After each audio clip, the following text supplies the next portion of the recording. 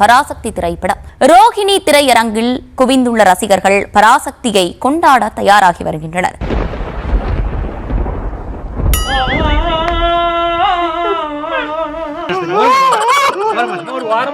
ஜனநாயகன் படத்திற்கு சென்சார் தராத பாசிச பாஜகவை கண்டிக்கிறேன். சொல்லு. அந்த மடத்தனமான காரியத்தை நான் பண்ணவே மாட்டேன். இப்ப ஏற்பட்ட நல்ல சந்தர்ப்பத்தை வழங்கின உங்களுக்கு காலம் முழுக்க நான் நன்றியுள்ளவனா இருக்கணும்னு ஆசைப்படுறேன். இங்க சிஎம் அங்கிள் கேக்குதா, அங்கிள் மோடி அங்கிள் கேக்குதா, அங்கிள் போட வேண்டியது வீடியோ. ஒரு கோடி கொடுத்தாரு அந்த காரியத்தை மட்டும் செய்ய மாட்டேன். மாண்புமிகு திரு மோடிஜி அவர்களே, பெரியவங்களை பார்த்தா மட்டையா மணங்கிரும் மாமா, அவ்வளவு மரியாதை. என்னமோ உங்க பேரெல்லாம் சொல்றதுக்கு எங்களுக்கு ஏதோ ஒரு பெரிய பயம் மாறியும். ஏன் உனக்கு இந்த வேலை? நீ வாங்குற இந்த 10-5 பிச்சைக்கு இது தேவைதானா? ஒரு விளம்பரம். ஏய், உன்னை தெரியுண்டா எனக்கு. உலகத்திலே செத்து போன குடும்பத்தை ரெசார்ட்ல வச்சு பார்த்த நீங்களா அரசியல் பேசலாமா? அந்த சாட்ட முருகா கோலாய்ப்பல குர்ரா, உனக்கு கோயிலுக்கு போயிட்டு வந்து உனக்கு இருக்கடா மாப்பிள வேட்டா.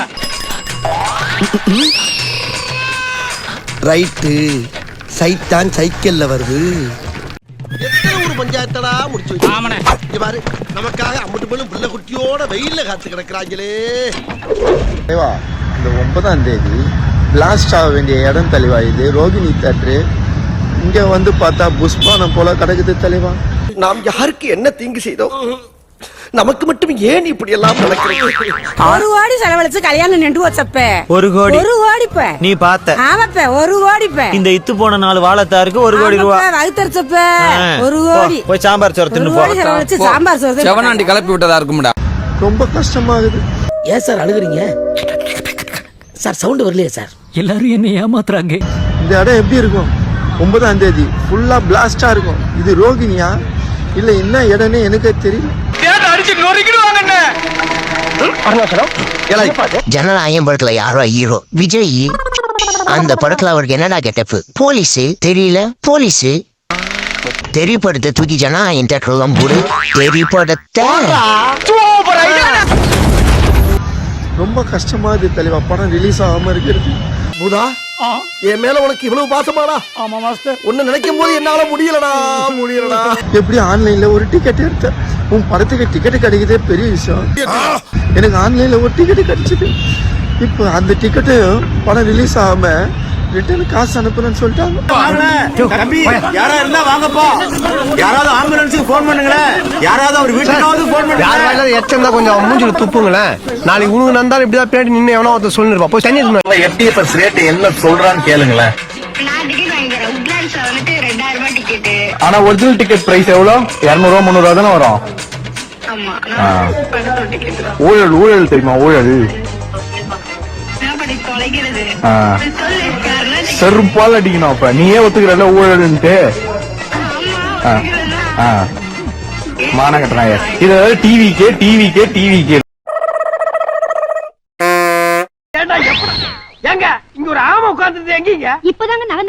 நம்ம தமிழ்நாட்டுல இதே மாதிரி இன்னும் நிறைய உருவாக்கணும். நீங்க சொல்லுங்க ஜி, என்ன வேணுமோ நான் பண்றேன். எனக்கு ஒரு ஐடியா இருக்கு சார், நான் சொல்லட்டுமா? சொல்லு செல்லம், அதுக்குதான் வெயிட்டிங். சார், நம்ம விஜய் ஜனநாயகன் படத்தை சென்சார் போர்ட் ஹோல்ட் பண்ண வச்சு படத்தை ரிலீஸ் பண்ண விடாம பண்ணிடலாம். ஆனா எதுக்கு?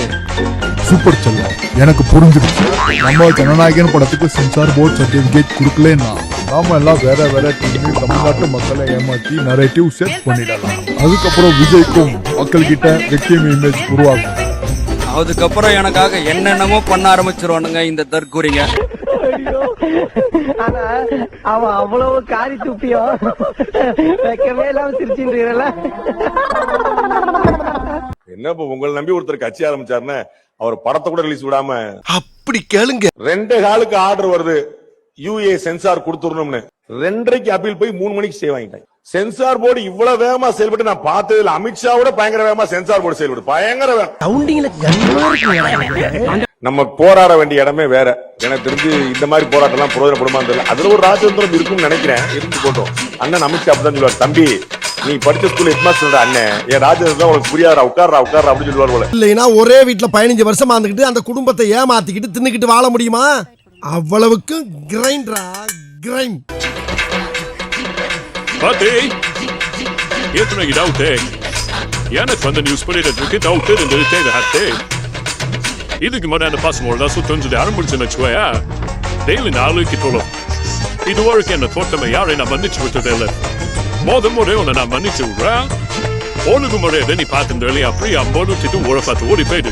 இந்த விஜய் ஃபேன்ஸ் எல்லாம் இருக்காங்களே, ஏன்டா கரூர்ல 41 பேர் உயிரிழந்ததுக்கு எவனாவது ஃபீல் பண்ணீங்களா? அது எதிர்க்கட்சிகளோட சதி. ஆனா விஜய் இன்னைக்கு கடைசி படம்னு சொன்னதுக்கு அப்புறம் ஃபீல் பண்றீங்கன்னா அவனுக்கு வந்து மக்கள் நல்லா இருக்கணுமோ இல்ல மக்களுக்கு இந்த மாதிரி ஒரு ஆட்சி அமையணுமா அப்படிலாம் கிடையாது. அவனுக்கு வந்து விஜய் வரணும், அவனுக்கு விஜய் பிடிக்கும், விஜய்க்கு ஓட்டு போடணும், வேற எந்த எண்ணமும் கிடையாது. அது தெரிஞ்ச நாயா இங்க வர்றேன், தெரியாம தான் இங்க வந்து குத்த வச்சேன். விஜய் அந்த 41 பேர் உயிரிழந்ததுக்கு கண்ணீர் சிந்தி போடல, ஆனா என்னோட கடைசி படம் அப்படின்னு சொன்னதுக்கு கண்ணீர் சிந்துறான். எனக்கு இன்னும் புரியல, வர்றவன் தற்குறியா இருக்கான், நீ தற்குறியா ஆக்குறியா? உனக்கு ரோல் மாடலுங்கிறானடா. உண்மையை சொல்லிட்டா விஜய் மேல எனக்கு நேத்து வரைக்கும் மரியாதை கொஞ்சமாவது இருந்துச்சு. ஆனா இந்த ஆடியோ லான்ச்சுக்கு அப்புறம் அவனெல்லாம் ஒரு ஆளுமையாவே பார்க்க கூடாது அப்படிங்கிற அளவுக்கு நமக்கு பாத்தீங்கன்னா ஒரு உணர்ச்சி வந்திருக்கு. இதுக்கு செருப்பாலே அடிச்சிருக்கலாம். மேற்கொண்டு இந்த மூஞ்சில கரியலி பூசுற மாதிரி இருக்கு. அப்பா போதும் பாப்பா. விஜய் ஃபேன்ஸ் நீங்க உண்மையாவே சோறு திங்கிற மாதிரி இருந்தா, உங்க வீட்லயும் குடும்பமும் ஒண்ணு இருந்தா தயவு செய்து யோசிச்சு பாருங்களா. நீ கேட்ட ஒவ்வொரு கேள்வி என்ன செருப்பால அடிச்ச மாதிரி இருக்குடா. மாதிரி இல்ல, உண்மையிலே செருப்பால தான் அடிச்சேன். உங்க குடும்பத்துல ஒருத்தர் அந்த 41 பேர்ல உங்க குடும்பத்துல ஒருத்தர் உயிரிழந்திருந்தா இவ்வளவு சந்தோஷமா இருப்பீங்களா? அவனே பொழப்புக்கு என்ன சொல்றதானே கேட்பேன் நானு. இதுக்கு மேல அண்ணனை பத்தி ஏதாவது ஒரு வார்த்தை தப்பா பேசிங்கன்னா கூட அண்ணே உங்களை போட வேண்டிய வரும். அப்படி சொல்றா சிங்கா குட்டி. நீ தான் தர்த்தினிமா போயிட்டா, அவங்களே சுட்டு தொலையா. நான் போயிட்டு துணைக்கால நம்ம தனியா தெரியுறதப்ப போய் அந்த பக்கம் வெளியூருக்கு அனுப்பி படிக்க வச்சு வாழ்க்கை உருப்பிடும். என்னது வெளியூர்? உள்ளூர்ல இருந்து நாசமா போயிடுவாங்க. வெளியூர் போனா உருப்பிடுவாங்க, அது நடக்க கூடாது. சரி, அந்த காசையாச்சும் வாங்கலான்னு வந்தா கவுண்டர்ல அங்கேயும் கவுண்டர் மூடிக்குது. எல்லாமே எனக்கு ஒரே சோதனையாகுது தலைவா. இப்ப என்ன பண்றது? அதான் சாவு ஊந்து போச்சே, எல்லாரும் சாப்பிட்டு சாப்பிட்டாங்க தான் அண்ணா. வாங்க, உனதான் தெரியுமா தமிழ் போராட்டம், தமிழ் மொழிக்கான எந்த அளவுக்கு நிறைய பேர் போராடி இருக்காங்க அப்படின்ற விஷயங்கள் வந்து சமகாலத்தில் உள்ள பிள்ளைகளுக்கு நிறைய பேருக்கு தெரியறதுக்கு வாய்ப்பு இல்லை. இந்த படத்தை பாக்குறது மூலமா இவ்வளவு ஒரு தீவிரமான போராட்டம் நடந்திருக்கு அப்படிங்கறத வந்து தெரிஞ்சுக்கிறதுக்கு ஒரு வாய்ப்பா இருக்கு. நம்ம ஜெயிச்சிட்டோம் வாரா, ஜெயிச்சிட்டோம். ஒரு கேஸ்னா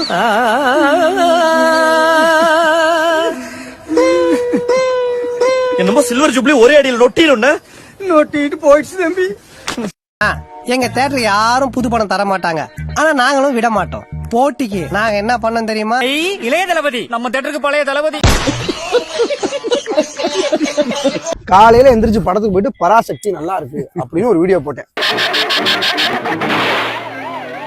நீதி போச்சு, நேர்மை போச்சு, ராஜ்பிரியன் உங்க லைஃபே போச்சு. ஒரு மரியாதை வச்சிருந்தான், உன்னை வந்து அன்ஃபாலோ பண்றான். எனக்கு புரியல. அவன் கில்ற பையனே, கில்றமா தான் கேட்பான். பராசக்தி நல்லா இருக்குன்னு சொன்னதுக்கும் விஜய் அண்ணாக்கு துரோகம் பண்ணிட்டேங்கிறாங்க. திரிஷா கூட எப்படா வாழ்ந்தேன், என்னமோ குடும்பம் நடத்துற மாதிரி கேக்குறேன். எனக்கு புரியல. எனக்கு நல்லா இருக்கு, புடிச்சிருக்குன்னு சொன்ன அவ்வளவு சிம்பிள். நிறைய படம் பாத்துருக்கேன், நிறைய படம் சொல்லிக்கிறேன், போய் பாருங்க. இங்க வா. ஐயா என்ன எல்லாம் சம்பாதிச்சு நல்லா இருக்காங்க. என்னன்னா அது என்னன்னா தெரியாம வந்து காரை எங்க நிறுத்திக்கடா. இது இன்னொன்னு, இந்த படத்துக்கு மட்டும் நீ என்ன வந்து சொல்ற அப்படின்னு வந்து கேட்டீங்கல்ல. இவன் நடிச்சிருக்கேன்னு சொன்னேன். அண்ணே நான் உண்மையிலே நடிச்சிருக்கேன், அந்த போட்டோ போடுற மாதிரி இவன் நடிச்சிருக்கேன். அதனால நான் போய் பார்த்தா நல்லா இருக்குன்னு சொன்னான். இந்த படத்துல வந்து தமிழை பத்தி, மொழி போற பத்தி சொல்லிருக்காங்க, அதை தெரியணும்ல, அதை பத்தி தானங்க சொன்னோம். கருத்தட ஆபரேஷன் பண்ண பண்ணி மாதிரி குதிச்சிட்டு இருக்கிறேன். இப்படி இந்த பராசக்தி நல்லா இருக்குன்னு சொன்னதுக்காக நீ வந்து அன்ஃபாலோ பண்றேன்னு சொல்ற பாத்தீங்களா? அவங்களாம் நீங்க அன்ஃபாலோ பண்றது நல்லா இருக்காது. கவர்மெண்ட் ஜாப் ரிசைன் பண்ணிட்டு போறாரு இவரு. சோரி புடிச்ச மொன்னா நாயி.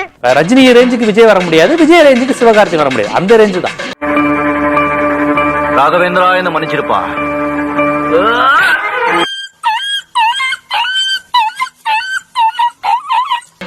அப்படிலாம் இருக்கும்போது சிவகார்த்திகேயனோட தோத்துட்டா விஜய்க்கு பெரிய அவமானம். பயப்படுறியா குமார்? இப்ப சந்திரமுகி வந்தப்ப சச்சின் காணாம போச்சு, அது பெரிய அவமானம் இல்ல. ஏன்னா மோதினது ஒரு மலையிட்ட, ரஜினிகாந்த்ங்கிற ஒரு இமயமலையத்தை தோத்து போன சச்சின் வந்து பெரிய அது பேசு பொருள் கிடையாது. ரஜினி கமல் வந்து தோத்து போனா பிரச்சனை கிடையாது, 2 பேரும் சமம் உள்ளவங்க. இது வந்து சிவகார்த்திகேயன் அடுத்த ஜெனரேஷன் நடிகர், அவர்கிட்ட தோத்து போயிடக்கூடாதுங்கிற பயம் வந்துருச்சு.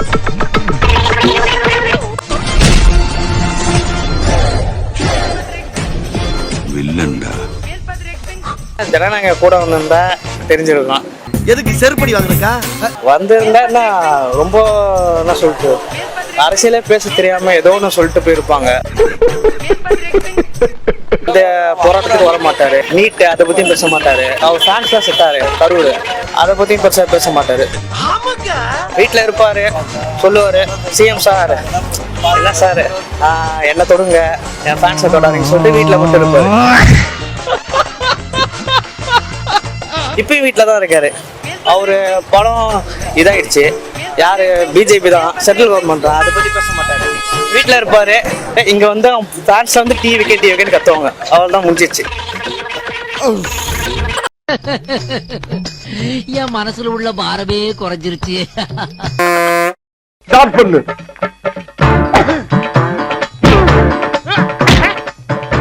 இங்கிட்டு வா. அப்படியா